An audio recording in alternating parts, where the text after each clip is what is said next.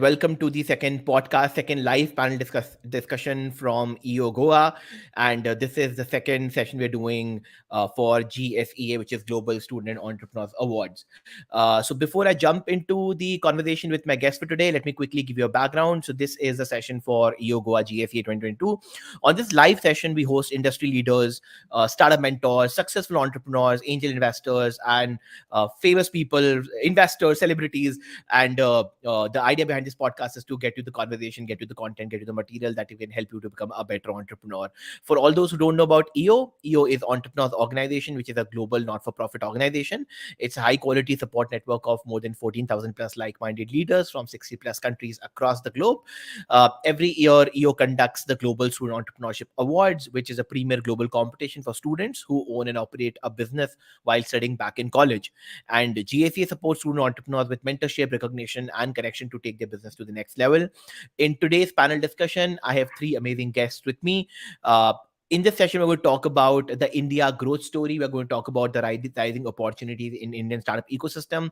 And all three of my guests come from a very, very diverse set of background, but also bring in a lot of experience. So if you're somebody who's planning to start a startup in 2023, who's looking for a problem statement or an idea, or is passionate about entrepreneurship and want to explore entrepreneurship as a career, make sure you listen to this podcast till the end and you listen to all these amazing experts. This is the agenda for today. I'm your host Dilnawaz Khan, and let me quickly give you one line introduction of my guest for today, and then I'll bring them on the stage so that they can give more information about themselves. My first guest is Mr. Anirudh Agrawal. He's the managing director of Agarwal Renewable Energies Private Limited. My second guest is Ashwan Wadhwa, who's the founder and MD of Smart Beach Robotics. And my third guest is Neha Bhasin, who's a director at Awesome Snoozie's Enterprises LLP. Let me quickly add them to the stage. And welcome everybody. Thank you so much for doing this. I welcome you to this live session. Thank you for being here. Uh, as a rule of the podcast, as a ritual, I want each one of you to kind of quickly give a brief about yourself and tell something interesting about yourself, who you are, where do you come from, where are you right now, your quick background in terms of your experience, and something very interesting about yourself. So Ashwan, let's start with you and then we can go in the circle. So Ashwan, over to you. Hey, thanks, Agarwal. Great to be here. So, guys, I'm Ashwan. I have about 20 years of experience in the technology field. I have been involved in product side of things, on the operations, and running a business here as well. So right now, I'm my second startup. It's called Smart Beach Robotics. I am working on the agri-tech sphere of things. It's only about 6-7 months old. I had been running a company called IOMEDIA, or that was acquired by another larger company called Ticketmaster back about 5 years ago. I ran that for about 20 years and left end of last year. So it's been a different thing for me because I've been running that same firm for a while. It was a big switch for me to start a new company completely from the ground up. But that's the things I'm interested in, and that's something that I'm excited about. Uh, an interesting thing about me, I never taken computer science or programming as a course as such. I used to be an architect at one point in my time, and I actually used to design buildings. I got into programming and technology, about 20 years ago, and have been very involved in setting up new products and designing new things. And that's what I'm here to help and talk to you guys about. Awesome. Thank you, Ashwan. Neha, why don't you go ahead next, please? Hi, I'm Neha Bhasin. I've actually been a lawyer and lived all my life in Delhi. I moved to Goa last year and I practiced law for 3 years after I came back from London, having studied law. But when I had my kids and got married, it got very difficult for me to continue working with the kind of working hours I had. And while designing the nurseries, I realized that I am good at interior designing as well. So that's exactly what I have started doing. And I am the director at Awesome Smoothie Interiors, and I have branched out into Neha Bhasin Interiors also, which does all turnkey projects for residential and commercial spaces. I have I'm one of the lucky few people who've had two callings in life, and both have been very, very interesting. I've had lots of different experiences in working as a lawyer and working as an entrepreneur now. And working as an entrepreneur has been learning everything on the job, really. So that's exactly what I'm here to share with you guys. Amazing. Thank you, Neha. Anirudh, you're up next. Thanks, Dilnawaz. Hi, guys. I am Anirudh Agrawal. I'll start with something interesting about me.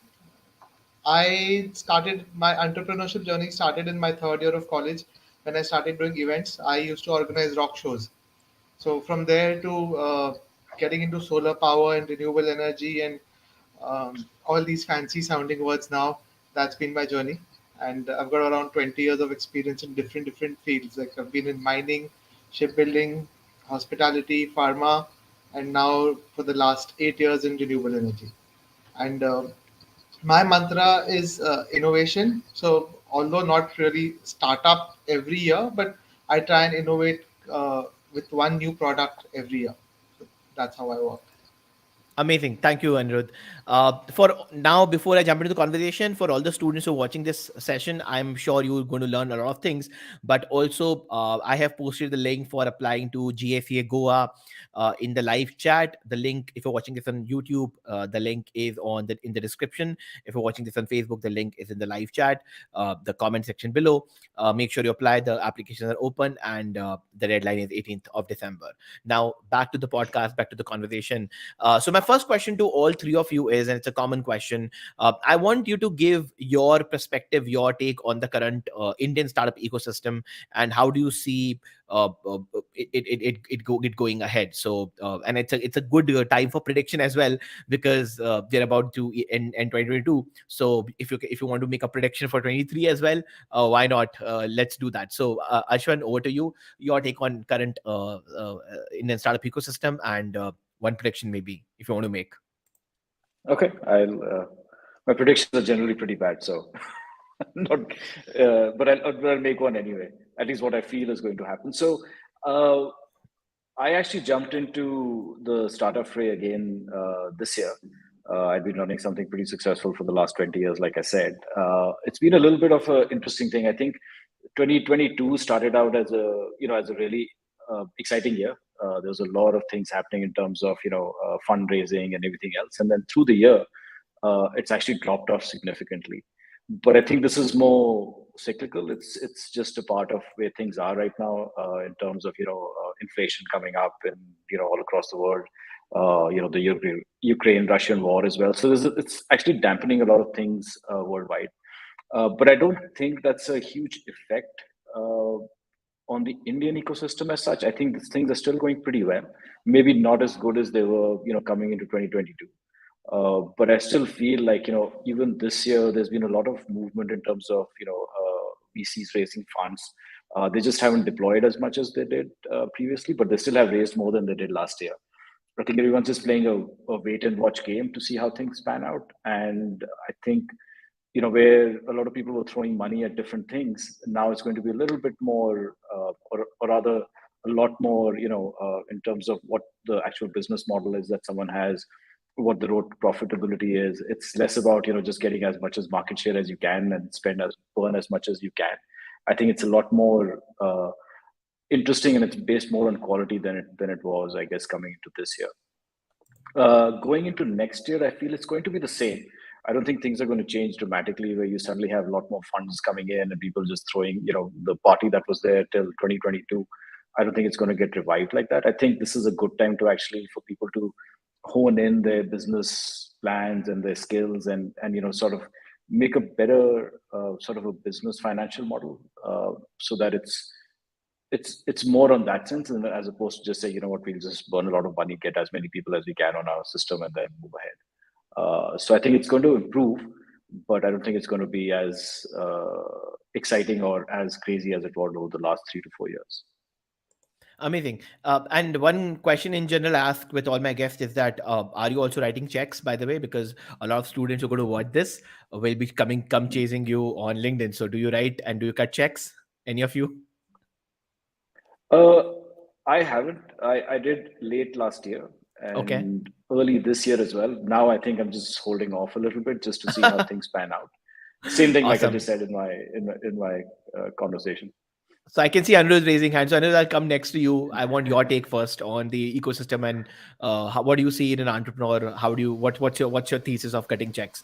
So three things: your take on the ecosystem, your prediction, and your take on how do you cut checks? Like how do you see all of these things happening? Yeah. So, as far as the ecosystem goes, I tend to agree with Ashwin. Uh, what I saw till now, till early, maybe 2 years back, people invested in startups on hunches or on ideas. In India now, startup investment is gaining a structure. There are a lot of parameters. You can study a project, you can understand a project. So it is a little confusing time whether to go with a hunch. Sometimes your hunch and your analysis don't match. And typically, even for me, having studied projects over a long time, I used to go with a hunch. I went with a feel good. This sounds right. This sounds like a good business plan. But now, with all these specialists coming and teaching you how to analyze if it's a good startup to invest in and things like that, yeah, it is informative, educative. But I think somewhere the balance has to come. Predictions. I'm not doing any predictions. I'm an optimist. I think 23 will also be a good year. So as far as cutting Awesome. checks, Go ahead. as far Go as ahead. Go ahead. Go ahead. as far as cutting checks goes, I am still like I invest only in clean energy related startups, and I have to understand what I'm investing in. So it only in businesses that I have a good understanding of. And I do two types of investing. One is a mentoral, where I'm actively involved in what I've invested in, and the other is passive, where I just trust the person whom I've invested in. So Interesting, and it's a good thesis to have, right? A very sectoral investing kind of a thesis. Neha, your take on the ecosystem and your prediction, and are you also cutting checks? I know I'm not cutting checks. But the ecosystem, honestly, I feel that the honeymoon period is getting over. If we look at it, the last 8 years, we started with about 3,000 startups. In the 8 years, we've come up to around, say, 75,000. Worldwide, that is not a phenomenally great number. And considering the population of the country and the education level that we have, I'm not going to say that it's something that is wow, but it's something that's growing. I think investors are getting more and more cautious, and that is also because there is a sort of a generation gap between the people who are starting the startups and the investors. The investors come from a more, you know, experienced, aged, different set of thinking, working capability kind of environment. And the people in the startup generation are mostly Gen Z or millennials who are very different in their way of thinking. So I guess there is a sort of lag there, which legally also we need to fill in. We need to fill in terms of entrepreneurship also, business wise also, and investment also. 2023, till the time I feel that the entire political systems in the world are a bit agile the way they are, I do not see 23 to be a great, great year either. I see it going at a plateau the way it has been over the last 18 months, maybe. Awesome. So collectively, you guys are going to break a lot of hearts, especially for people who are looking for potential fundraise. But maybe it's a reality check for them. Who knows? And I do agree that the honeymoon period is over. I think it's back to the tough game now, and only the fittest and the smartest will survive this. Okay. So my next question, I'll not ask you the post COVID thing, but I want again, I want to continue this conversation on the funding winter side, right? Because we somehow started talking about the ecosystem and the writing checks and the sectoral investing and all of those things. How do you see the funding winter? What's your take on the funding winter? Because I'll break my question to two parts. Is it a reality check, or is it really a funding winter and this will pass away after some point in time? So based on your very very deep experience, all three of you speakers here, what's your take on the funding winter? So Neha, I want you to comment first because you spoke about that honeymoon period thing, and then we can circle back. So I'll pass the mic to you first. See, the need of the hour is very different from what it was in the pre-COVID era. I think COVID has literally brought about a lot of internalization in people. So with startups also, and I think our finance minister also spoke about that last week when she said that we've got to come up with more sustainability models, environmentally friendly models. And I think the entire startup culture has to start looking at whatever they are trying to introduce into the market. It has to work not just now. They have to look 10 years down the line, keeping globalization, global warming, political trends, everything in mind, whether that model is sustainable or not, which is something that we were not doing, especially when we came out of colleges. We were not being asked to look at the larger picture. We were asked to look at just the 5 year plan. And that's how we've all been taught. But I think today, to start with your startups and everything, funding winter is not an issue. The issue is longevity. If you can actually prove your mettle and say that this is something that's going to be helping no matter what the environment around, I think funding should not be an issue. So, like Ashwin said, that if this period has come of 22, 23, where there's a plateau, I think it's time that you sit, you work on every possible tweak that is available to you, work out all the finances with proper nitty gritties, then funding shouldn't be an issue. But you've got to come out clear cut with everything. Amazing. Anirudh, I want you to continue this and also tell me, has it also impacted you writing checks and cutting checks, especially because you do sectoral investing? So, your take on the funding winter, your insights, and then has it impacted you in any way for you potentially writing checks to different entrepreneurs?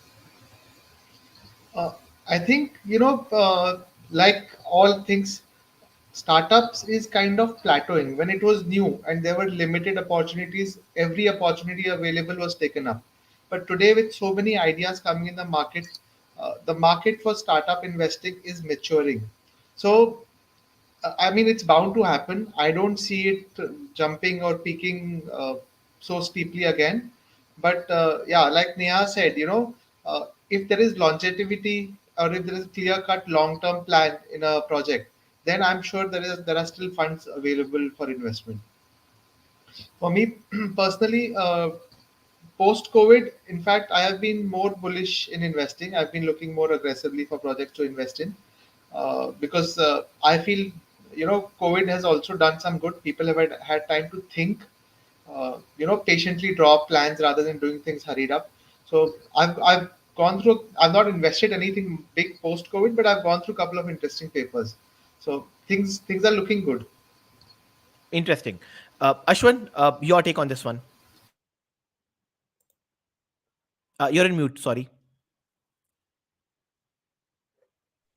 Sorry about that. What I said was that I'll echo what both Anirudh and Neha have said. It's a similar thing, right? Right now, I think that crazy party honeymoon period is definitely over.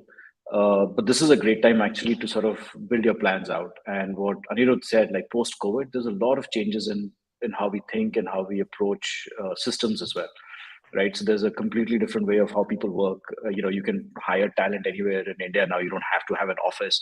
So there's certain things that have changed considerably since we've come out of COVID. So they've reset a lot of things that might have been more beneficial to larger companies.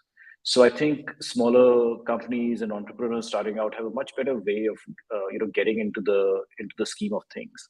The only thing right now is like the funding is not that easily available, but I think that's also a good thing right now because what we should see now is a lot more quality groups coming out who have really thought their things through, who care about certain things, especially around profitability and not just about, like I said, getting a lot of market share and just burn through money. I think it'll be a lot more specific and a lot more interesting now going forward because I think when you're bootstrapped is when you actually come up with some interesting novel ideas as opposed to just spend money and hope things fall into place. So I think we'll see a lot more use of money in a lot better way than we have in the past. Amazing. So this brings me to now the core topic of today's conversation, which is rising opportunities in the Indian startup ecosystem. My next question to you now is because all three of you come from very diverse sectors, and I want you to answer this question sectorally, if possible, from your own experience, and maybe if you can tell a example, share your own experience, maybe tell a story, that will be fantastic. So, how do you see entrepreneurs breaking traditional systems going forward, or maybe if you have maybe challenge the status quo when you started up, or what you're doing currently in your own sector, right? And reduce dependency on the existing outdated systems and services by providing new things, because India, if you look at past 10 years, has grown in leaps and bounds, right? And I'm sure this one example of yours will help a lot of young students and young entrepreneurs trigger onto something new in terms of maybe some innovation or maybe some idea. So maybe if you can maybe share your own personal story and maybe make a general comment on how have you, or how do you see current entrepreneurs breaking the traditional ecosystems. So yeah, Ashwin, we can maybe start with you on this one. Okay, this is an interesting tough one because I know I'd asked you what you meant by systems, so I was thinking like technology systems. So once you told me it's more about social stuff, it's a little different in that sense. So what I can tell you is that generally, there's always this kind of a thing in the Indian sort of family system where if you're going out on your own, they always are very worried, and there'll be a lot of stuff coming in from your family saying that, are you sure you know what you're doing, and are you going to do it yourself? Like, take a regular stable job or do a government job or something like that, right? So you'll always see that coming through. But you have to fight that, right? Like if you really believe in what you want to do, you must go ahead and do it. And I feel like things are very, very different than what they were, even 20 years ago, even 5 years ago. There's a lot more opportunity to, set up your own, do things on your own way, get a group of friends together, start a company to do something interesting and novel. These kind of things weren't available at least 15, 20 years ago, right? Like if you go to the government systems and setup as well, the Startup India that they've set up, that walk you through how you can set up. There's a lot more uh, I would say funds in terms of accelerators and incubators available, which definitely weren't there a couple of years ago. So you don't have to like risk everything and and do it. There's definitely a lot of backing that's available to start out on your own. And I feel like if you really believe in something and you believe in an idea, it's a good time to explore. Okay, and any personal example you want to quote on this one?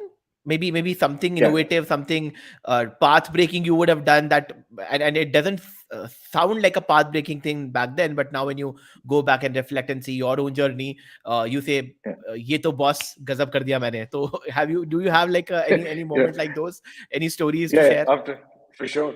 After 20 years, when I was leaving my job, my dad is like, "Are you sure you want to do this?" So, and I was like, "Yeah, sure." But there are things to be done.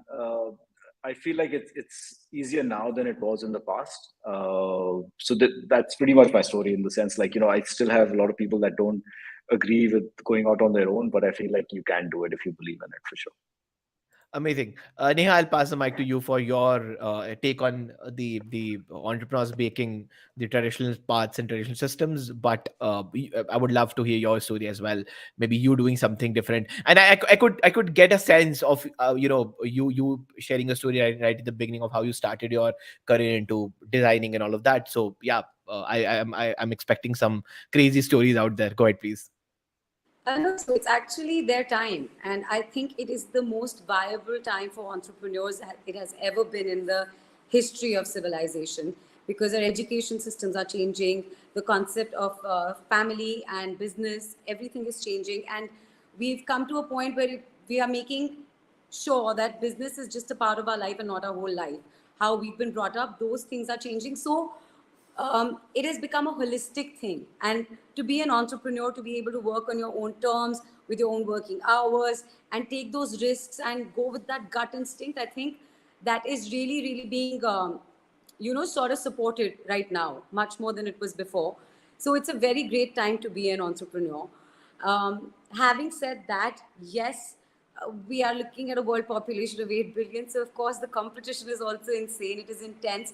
But if you believe in yourself, and if you are coming from a very, very grounded sense of concept, judgment, and vision, I think it's easily doable, whatever you set out to achieve.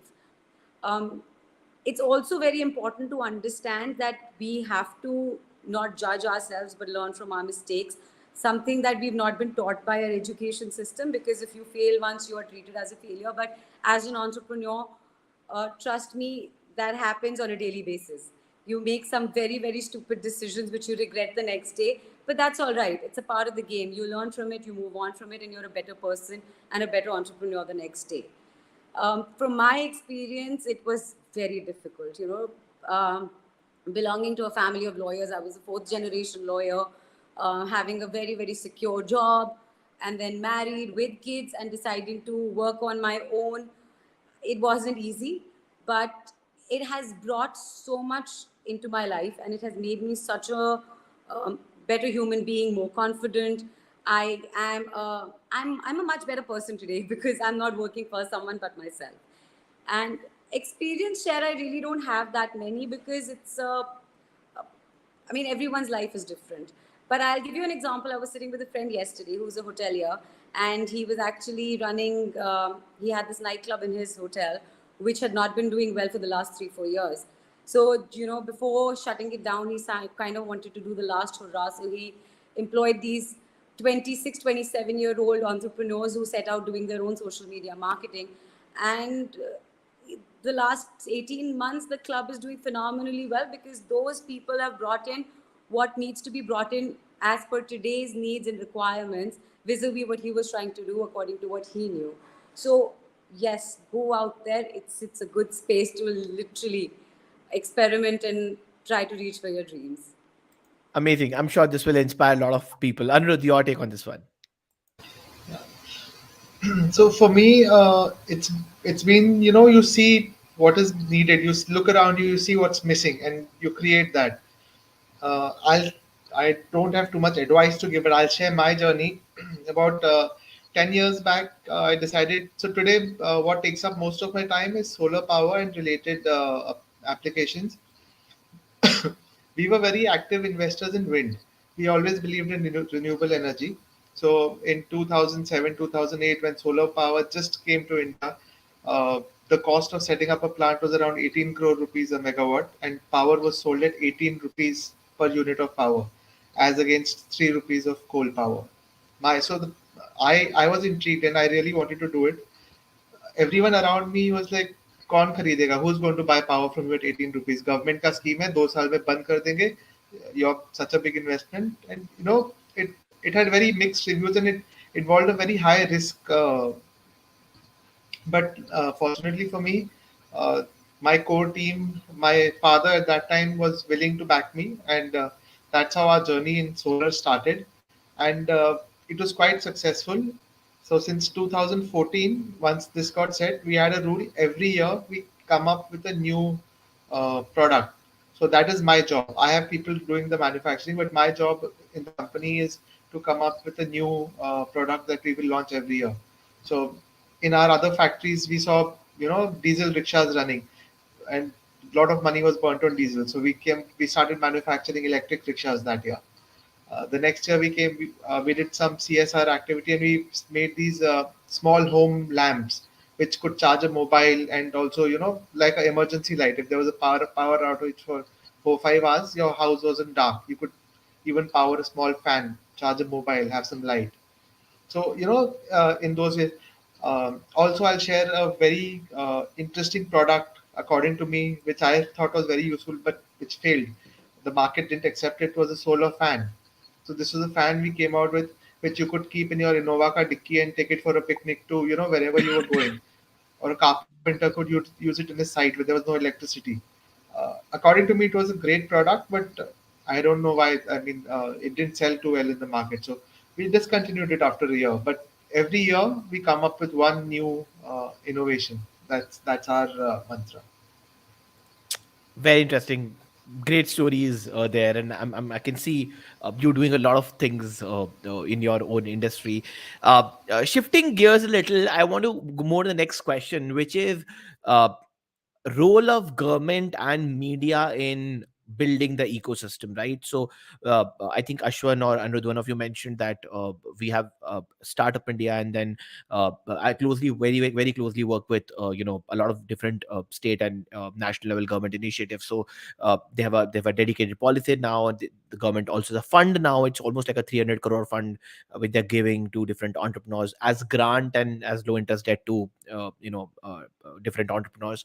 So I want to understand your take on how do you see government initiatives helping and shaping up in helping and shaping up the ecosystem. Also, how do you see the role of programs, especially media programs like Shark Tank and Horses Stable? We have so many programs now. So Shark Tank used to be like a big thing in US, and now if you saw last 1 year what Shark Tank did, I think the sharks became the celebs, of course, but I think they were also able to kind of give a lot of conviction to a lot of local entrepreneurs that what they're doing is pretty scalable and pretty doable. So what's your take on both the government initiative and the media initiatives to support the ecosystem?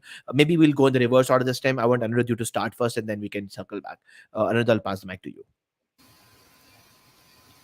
Yeah.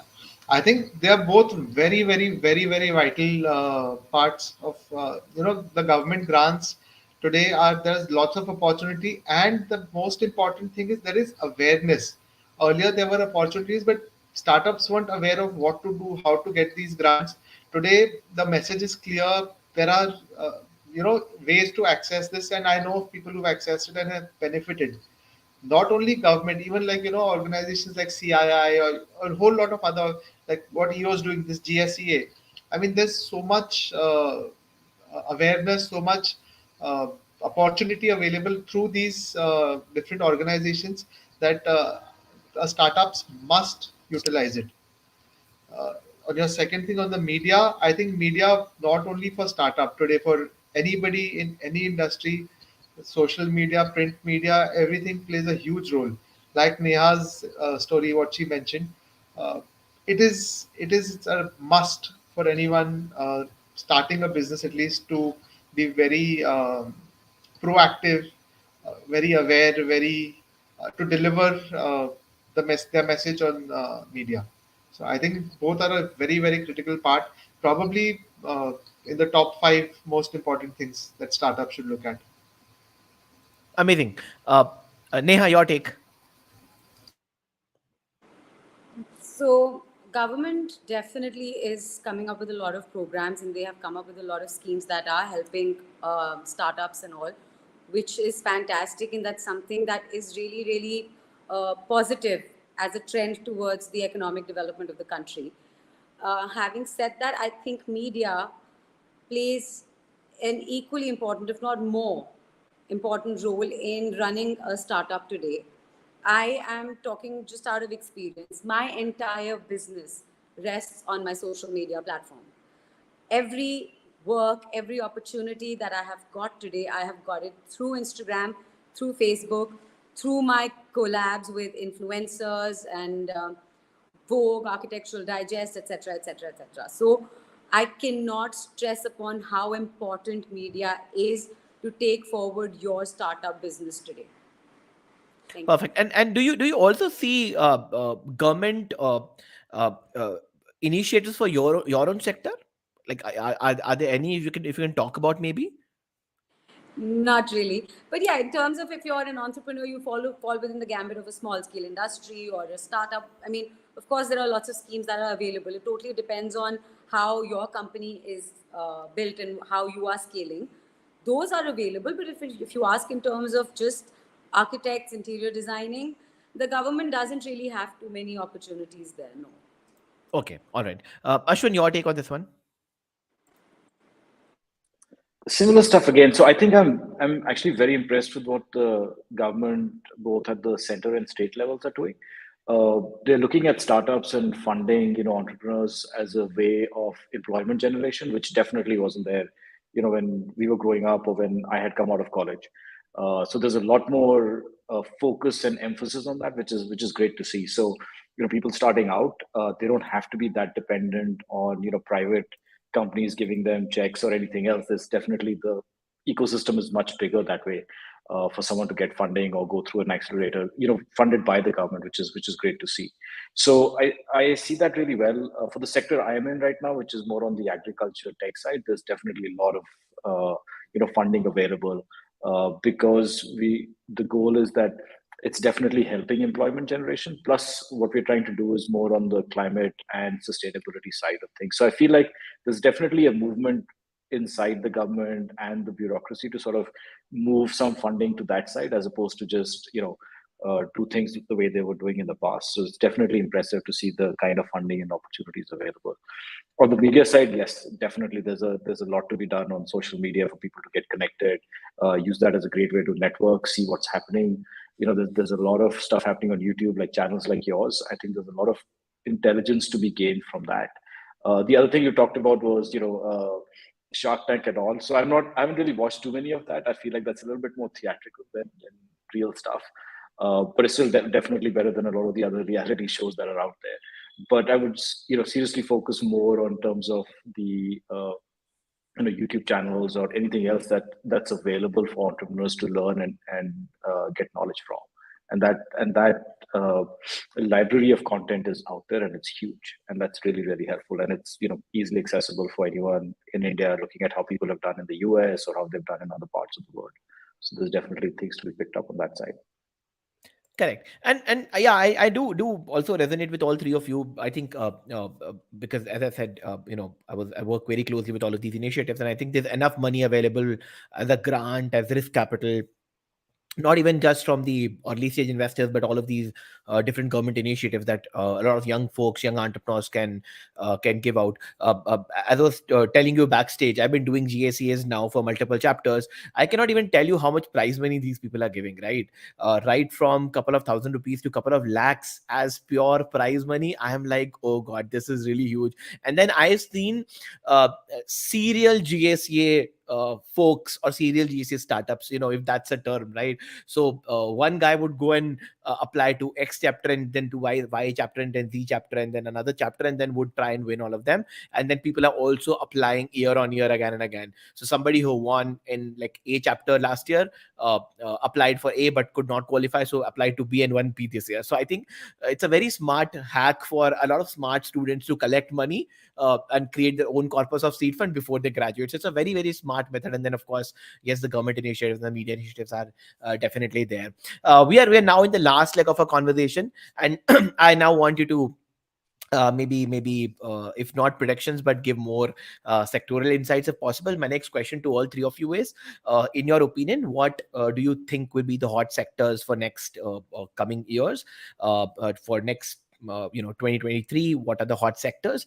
And if you can also talk about opportunities and gaps in your own sector, because as I'm saying, build for Bharat is a new big thing.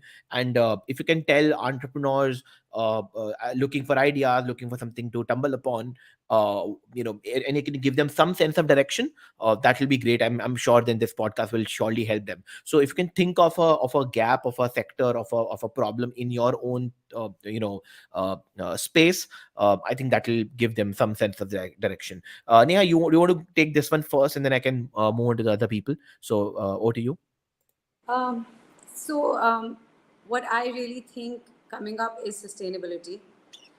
If you invest in sectors where sustainability is the major player, that will really help you. It could be in agriculture, it could be in any kind of technology, it could be in vehicles.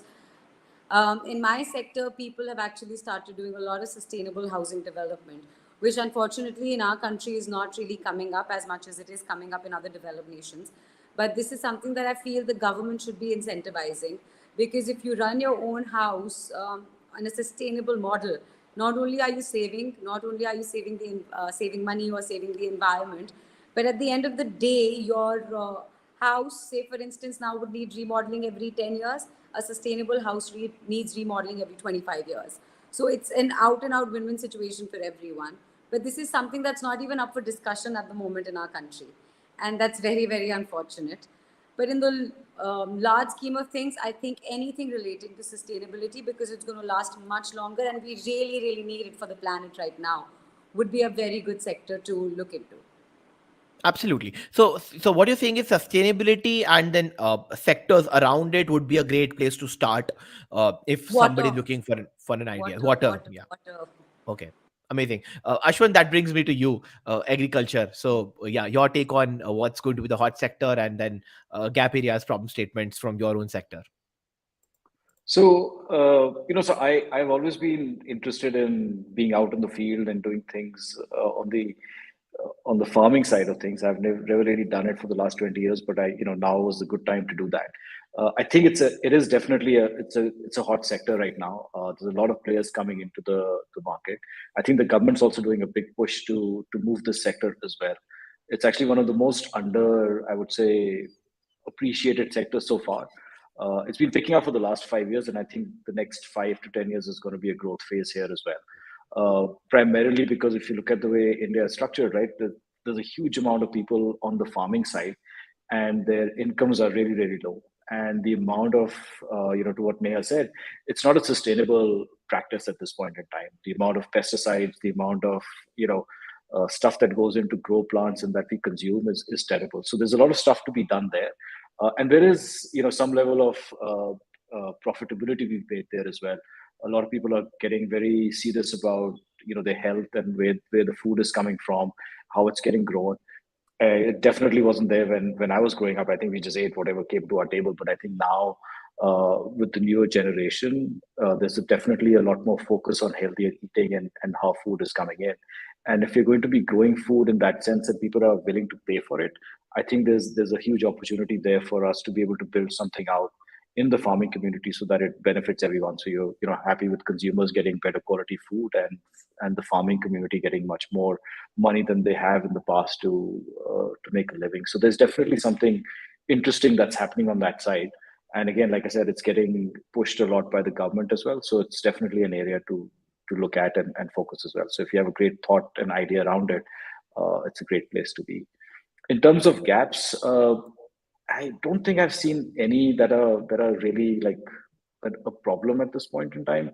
Other than I would say there are a lot of preconceived sort of systems already in place. To break those, it's going to take a while in terms of how the mandis work and how people buy food. There's a lot of lobbies that are in place right now that prevent information that you really want to be with people. So I think I'm kind of getting my hands a little bit into that, and I'm seeing a lot of that stuff happening in. But there's nothing really as a gap as such that I've experienced, other than I think just my knowledge of not knowing how things are working and how stuff is set up right now. All right. Anirudh, your take. Yeah, go ahead, Neha. Sorry, Anirudh. One sector that came to my mind, it's actually alternate medicine. That's another one that we really need to look out for, even though the pharma lobby is intense and very, very huge at the moment. But alternative medicine and alternative lifestyle is going to be coming in with a bang, because a lot of people are kind of just fed up of anxiety and other kinds of mental disorders now. So this, I see a big boom coming in, especially in the next 5 years. Awesome. Anirudh, your take. Hot Uh, sectors. I think for me, the hottest sector is artificial intelligence. Autopiloted cars, flying cars, faster transport. There's immense potential in what AI can achieve for us. And I don't think in India we are doing as much work as we can. We have the brain power, the potential to do it, but we're not there yet. We're not achieving what we can. So I think that is huge. Like Ashwan said, in the farming sector, I just read about a startup recently who's connecting farmers to market. So it's like farm to table concept. There's already a startup who's kind of working on that. So that was very interesting to read. In my sector also, I see huge opportunities. Uh, there's storage systems today. The batteries that are available are they're improving, but they're not as good as they can be. So if someone can come up with a better solution, there was a lead acid, then there came lithium ion, then salt ion, now hydrogen. There are different technologies coming, but we've still not found something really good. If we get something like this, then maybe 100% of the cars can be electric. uh, Disposal system of these batteries, swapping systems. There's huge potential I feel in electric vehicles innovation there. So I mean I can go on about opportunities. So, you tell me No, how but much you want to this talk. is no. You, if you want to add more, I'm happy because Do you have anything else on top of your mind? You want to add? uh, I don't know. Like in India, we don't manufacture silicon cells. which is the basic raw material for semiconductors, for solar cells, for a whole lot of things. And I'm sure there are resources. So, a way to find these resources, a technology which can help us identify where minerals are. We have the old traditional ways of drilling holes and digging out material and then checking, which is very outdated. So, I'm sure there's better ways to find out reserves and things like that. Very interesting. So a lot of my audience, especially these young entrepreneurs, early stage entrepreneurs, asked me, "Hey, give us an idea." And this is the gold mine, right? Gaps and ideas coming from the experts themselves. So I think that's a great one. This is I often tell them that go and work in industry, go and work in a sector you're excited about, and then you will be able to stumble upon a problem. So amazing insights. Thank you so much for sharing all of those problem statements. Rather, I'm pretty sure I'll write a LinkedIn article about it and at least post them online and link it back to the video and tell people, hey folks, go and look at all of these problem statements that have been shared on the podcast. Thank you so much for doing that. So my last question to all of you is, and again, you can keep it specific, keep it generic. Maybe you want to add a story, go ahead. I want you to give one last piece of advice to the fellow young entrepreneurs who are going to watch this later on. So one piece of advice as a closing remark. So Ashwin, why don't you go ahead first, and we can then go back to Neha and Anirudh. Ashwin, over to you. Sure. So I think my advice is, if you're branching out into an entrepreneurial journey, uh, do network. Meet people, go out and see what's happening around you, not just in your field, but in all fields that are out there. You don't know what's going to connect, and you don't know who's going to help you, get to the next step that you may need or help you may need as well. So, do the same thing, help others out. It's a great time to be. I'm very bullish about how things are going to pan out over the next 5 to 10 years in India. I think this is a great time for people to sort of get together, help each other out. See how things are. Like I said, working in different field. Use your learnings or intelligence from that in another field, and there's stuff to be done around there. So my advice would be to network and help people within your network as you go along. Awesome. Neha, your take. So my advice would also be yes, networking. That's very, very important as an entrepreneur to be able to network yourself better. Um, with that, it's very important to work on yourself also. You have to be a very, very centered person with. So please learn to meditate. It's very important, especially if you're an entrepreneur. The stresses that come with it are incredible. We don't really know how to deal with most of them. Go for self-help books, read a lot, read about your industry, speak to people who are experienced in your industry. It really helps. Help people out. Treat your startup family as your family. They are an integral part of your life, and the way you are with them is the way your startup is going to look out to the world. So yeah, all in all, just be a very holistic person. Don't just focus on one part. Awesome. Anirudh. Uh, I think I have two pieces of advice. The first is to believe in yourself. Whatever decision you listen to whatever comes your way. Hear, understand, but believe in yourself and never panic. Things go wrong. Have patience. They get sorted out. And the second is the most important resource today, according to me, to run a good business is human resource. So if you have find good people, keep them, and all the best. Awesome.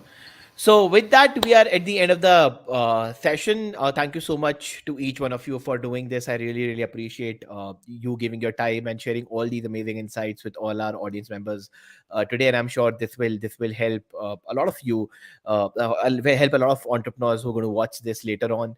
So thank you so much for doing this. Give me a minute to wrap the conversation, and I'll join you at the backstage. So don't leave. Uh, with that, I'll come back to the concluding remarks. So, all those who are watching this, I hope you enjoyed the conversation with Ashwan, Neha, and Anirudh today.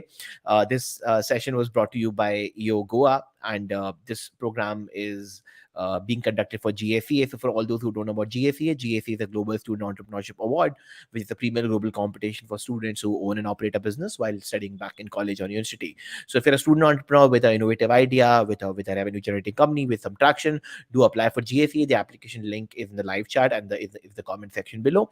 GSEA supports student entrepreneurs with mentorship, recognition, connections to take their business to the next level, also funding, and a lot of cash prizes are also available to win. EOGOA is roughly giving 1 lakh rupees as a cash prize for the winners, and also if you go to the global level, there's a cash prize of up to $1 lakh for the winners. So do apply for the program. And yeah, this is more or less from our side. If you have any further questions, feel free to drop them in the comments down below, and do follow all the speakers from today's conversation. Thank you so much again for watching, and I hope to see you in the next conversation on the live, on the GSA live. My name is Dilnawaz Khan, and I'm signing off from today's conversation. Thank you so much, everybody. Have a good day. Bye bye.